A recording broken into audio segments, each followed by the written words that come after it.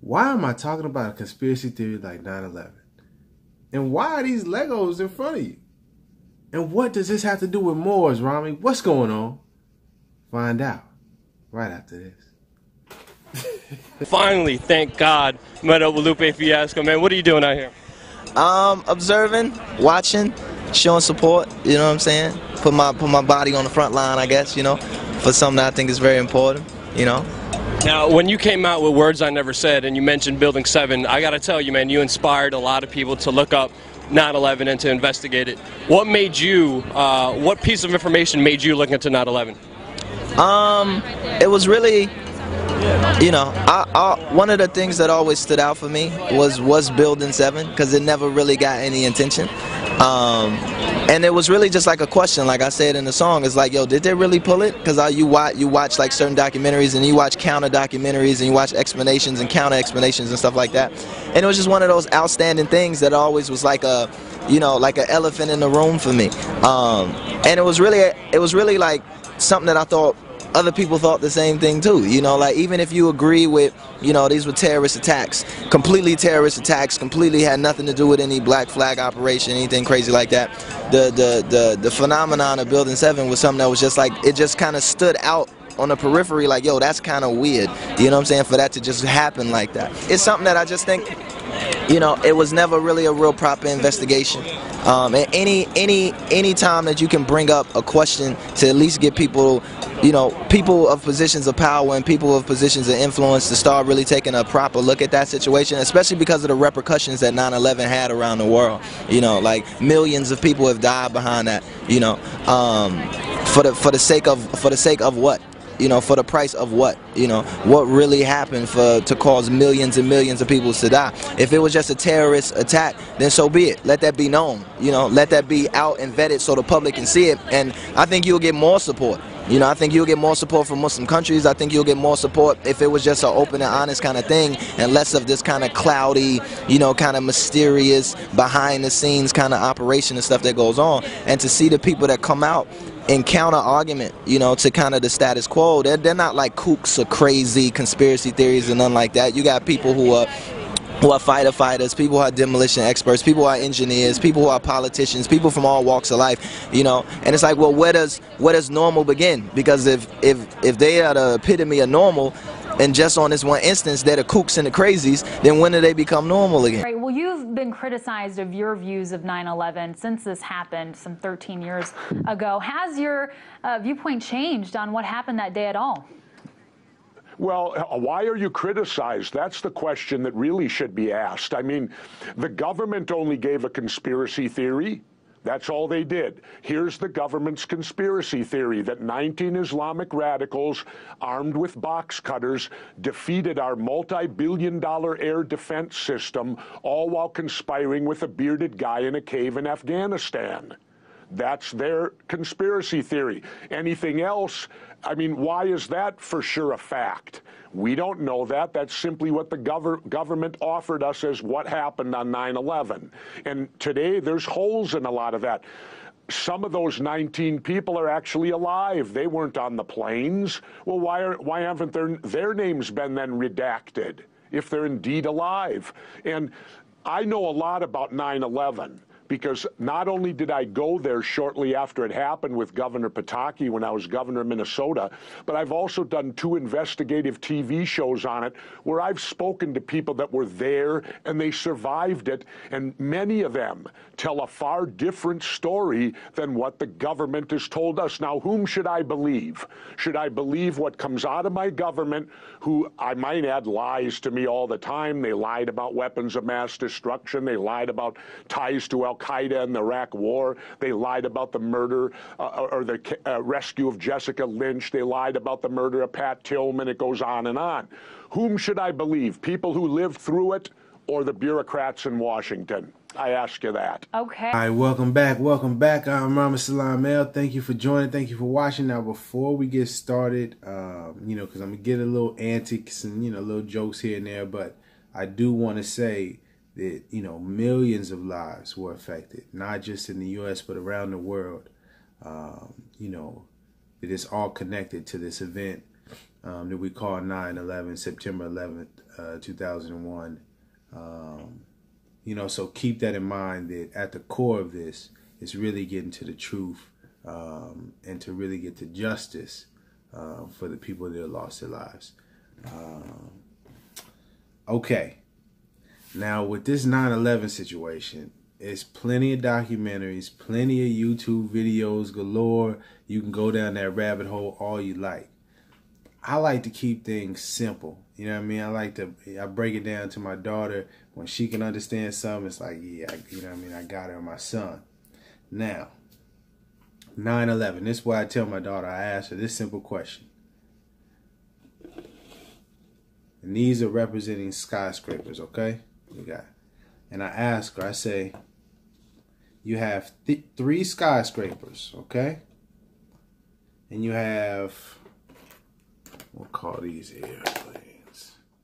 Got 3 skyscrapers, World Trade Center 1, World Trade Center 2, World Trade Center 7.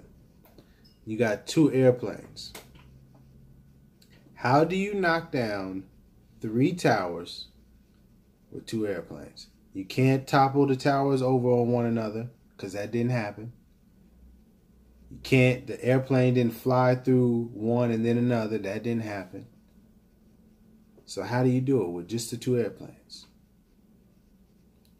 That's 1. That's 2. How did this one go down? It's simple, right?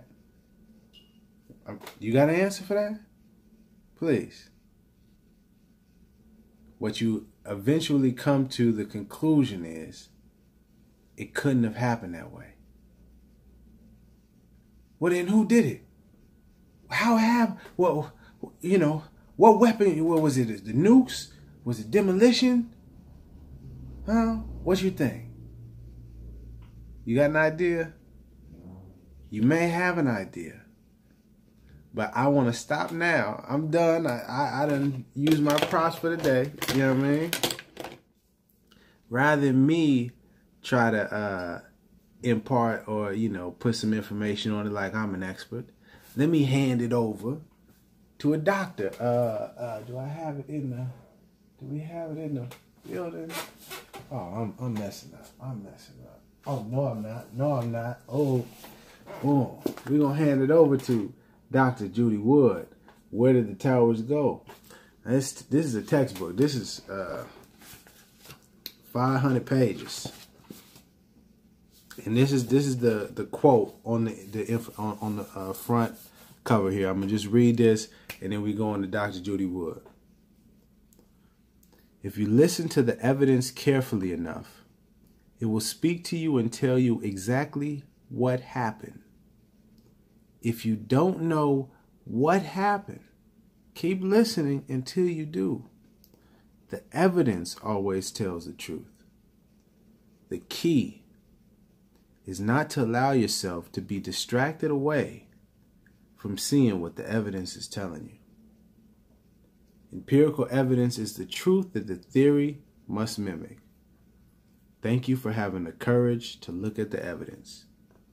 Dr. Judy Wood. And with that, let's get to it. Oh. We're going to look into, where did the towers go? Big question. I asked that on day 1, but very few others did. Empirical evidence is the truth that theory must mimic, not the other way around. Many people start with theories, but you must start with empirical evidence or you're fixing to mess up. Once upon a time, there were 2 towers, and then they went away, and that's about all that was left. Just that little corner of WTC 3. It's a 22-story building. Now, you'll learn I have a unique language. That language is beneficial because it prevents us from being biased in our observations. For example, if you call this smoke, you're assuming the cause to be fire. I try to use generic words like fumes. And simpler words like these outer columns. The outer columns of the World Trade Center were built with prefab units of 3 stories tall, 3 columns wide. And they look like our wheat check cereal. I think you call them shreddies. A reminder of what used to be there. These 2 tall buildings and this 22-story building. And then they were gone. This is the dawn of a new age. Somebody has the ability to direct energy in such a way to disrupt the molecular bonds of matter. What I mean by directed energy, direct or control it within geographical boundaries as well as what it does. And this technology exists. We know it exists. We can see its effects. And the whole world saw it, even if they don't realize it.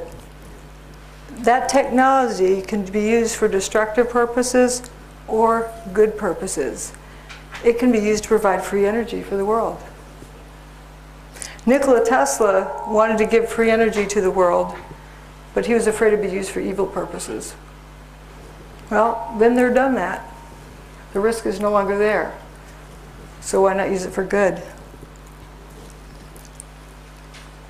But to think these buildings went away and just left that little corner there. That's all there was, just about. They didn't burn up, nor did they slam to the ground. They turned into dust in midair. But we were told it was a collapse. Collapse, pile, terror. Collapse, pile, terror. And people start seeing what they're told to see. But if you look at this carefully, this is frothing up. It's frothing up into dust. Controlled demolition, they slice and dice a building and the parts slam to the ground and break up as they hit the ground. This is already turned to dust. So why did so few people see it? Well, it turns out there's 3 reasons I can see for people not being able to see what's in front of them. Problem-solving skills, groupthink, like peer pressure, and they're terrified of the implications. Any one of those things, one or more of those things, will prevent people from seeing what happened. But I'd like to focus on the problem solving. The answer is 27. I know, the answer is 27. Am I right or wrong? What's the question? Depends on what the question is. You need to define a problem before you can solve it. I call this a syntax error. The ordering matters. And if you get things in the wrong order, you don't get the same answer. So if this is what the order is that was intended, you get an answer of 27. If you do the operations in a different order, you get an answer of 19. Some people say, okay, let's just average them and we'll get, something right. No. How does that apply to the World Trade Center? Well, a lot of people begin with a theory about how it was done. Airplanes, bombs, fire, nukes, mini nukes, thermite, various different choices, a multiple choice test. And then they go cherry picking the evidence to support their choice. But that's going to be a biased data collection, because what happens if it's something else? Something you've never seen before. Essentially what you're doing is taking a theory to determine what happened. That doesn't work. You need to begin with looking at the evidence. The evidence will always tell you the truth. The trick is not to be distracted away from what the evidence is telling you. Now I know, you ain't got this far, your mind is kind of like, oh my goodness, it's a lot going on. Free energy, they turn to dust, the toasted cars, oh my goodness. Now, what does this have to do with Moors though, Rami? I'm still confused. I know it's something like, all this 9/11, that's cool, but what does this have to do with, I got you. Let's take a look at the evidence, okay? Japanese, Chinese, German, Brazilian, Venezuelan, Jamaican, Persian, Iranian, Syrian, Cambodian, Haitian, black. What is the evidence telling you? I rest my case.